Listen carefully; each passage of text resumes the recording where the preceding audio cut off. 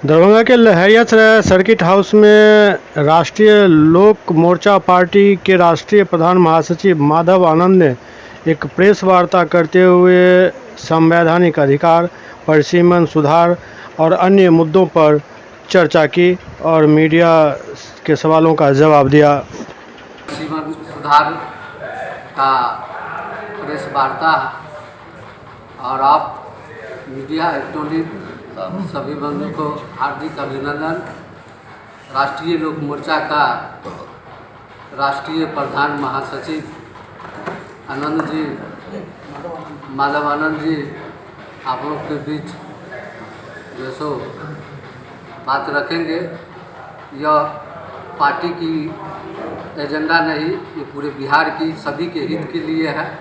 आप लोग से आग्रह है, निवेदन है कि यह इनको जो आज प्रेस वार्ता है बढ़िया से आप लोग छापेगा।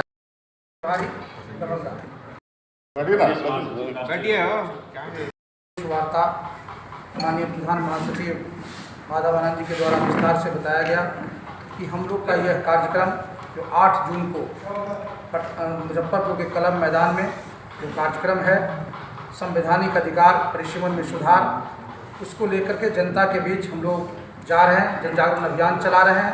जो बिहार के साथ जो हकमारी हो रही है, जो इसको हक हिस्सा मिलना चाहिए वो नहीं मिल रहा है। यहाँ कम से कम मिनिमम 60 लोकसभा की सीट होनी चाहिए। अगर परिसीमन होता है यहाँ 60 लोकसभा का सीट बनेगा।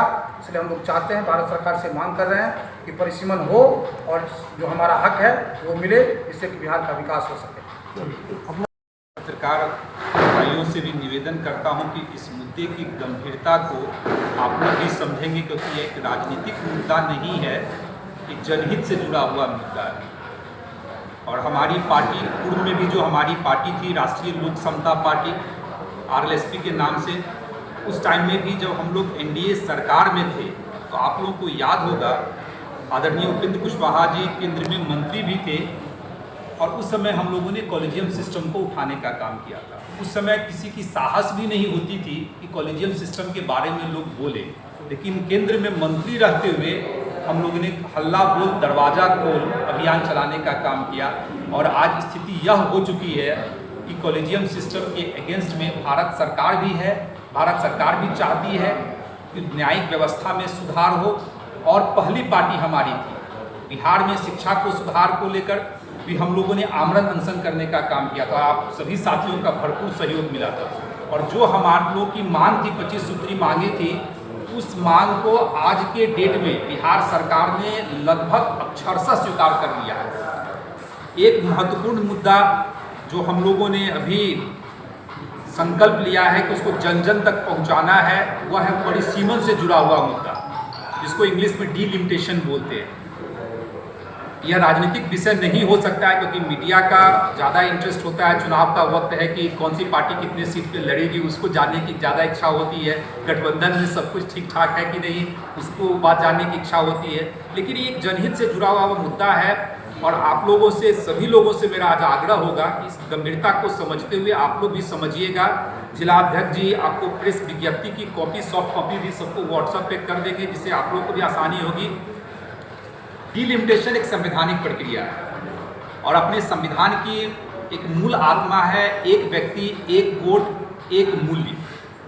यही मूल आत्मा है अपने संविधान का। और संविधान में इस चीज़ की व्याख्या की गई है कि 10 साल के बाद जनगणना होता है और जनगणना के बाद परिसीमन डिलिमिटेशन का प्रावधान है। आप लोग को याद होगा 1951, 1961, 1971 तक जो है डिलिमिटेशन का काम हुआ। जब इंदिरा गांधी जी की सरकार थी 1976 में इमरजेंसी लागू हुआ, और इमरजेंसी के टाइम में ही उस डिलिमिटेशन को फ्रीज कर दिया गया कि इससे आगे सीट नहीं बढ़ेगी। उसको 25 साल तक के लिए फ्रीज कर दिया गया। 2001 में भी उसको आगे बढ़ाने का काम हुआ। जनगणना कोविड के कारण नहीं हो पाया। अब 2026 में केंद्र की सरकार ने जनगणना कराने का, जातिगत जनगणना कराने का फैसला लिया है। और 2026 में वो 25 साल भी पूरा हो रहा है, जहां डिलिमिटेशन की जो है अब होनी चाहिए।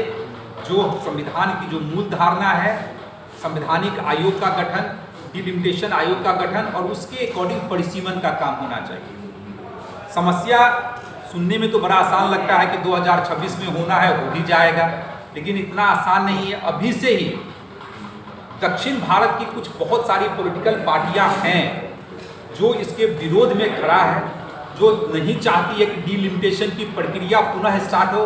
उसके पीछे भी उनका कारण है, तर्क है कि अगर डिलिमिटेशन की प्रक्रिया स्टार्ट होगी तो दक्षिण भारत में हो सकता है सीटों की संख्या कम हो जाए और उत्तर भारत में सीटों की संख्या ज़्यादा हो जाए। यह उनका तर्क है और वो अपना हक को नहीं मानना चाह रहे हैं। लेकिन हम लोग कह रहे हैं कि आपने अपना हक तो ले लिया 1951, 1961, 1971 में आपने अपना हक लिया। अगर आप पूरा आकलन करेंगे, जो प्रेस विज्ञप्ति जिला अध्यक्ष जी आप लोग को देंगे, मैंने पूरा उसमें विवरण दिया है कि उस समय दक्षिण भारत की आबादी लगभग 300 गुना बढ़ी है, लेकिन उत्तर भारत खासकर हिंदी भाषी बेल्ट में जनसंख्या नहीं के बराबर उस रेशियो में नहीं बढ़ा। उस समय आपने लाभ ले लिया और उस समय जनसंख्या हम लोगों का क्यों नहीं वृद्धि हुई, उसके पीछे भी रीजन था कि आज़ादी के बाद सबसे अगर शोषित वंचित अगर रहा है तो अपने हिंदी भाषी प्रदेश के लोग ही रहे हैं। उस समय इतना अवेयरनेस भी नहीं था, महामारी का प्रकोप था, प्लेग था, बहुत सारे इश्यूज ऐसे थे जिसके कारण हम लोग की जनसंख्या नहीं बढ़ी और उनकी जनसंख्या 200-300 गुना बढ़ा। आपने उसका फायदा लेके आपकी सीटों की संख्या बढ़ गई। अब हमारा जो हक है, अब हम लोग भी जागरूक हो गए हैं। अब बिहार में भी जो भी जनगणना हुआ, आपने पढ़ा होगा कि यहाँ भी प्रजनन दर की क्षमता धीरे धीरे कम हो रही है। खासकर महिलाएं जो इंटरमीडिएट पास है, ग्रेजुएट है, वहाँ प्रजनन दर कम है। तो हम लोगों ने भी जनसंख्या पे कंट्रोल किया।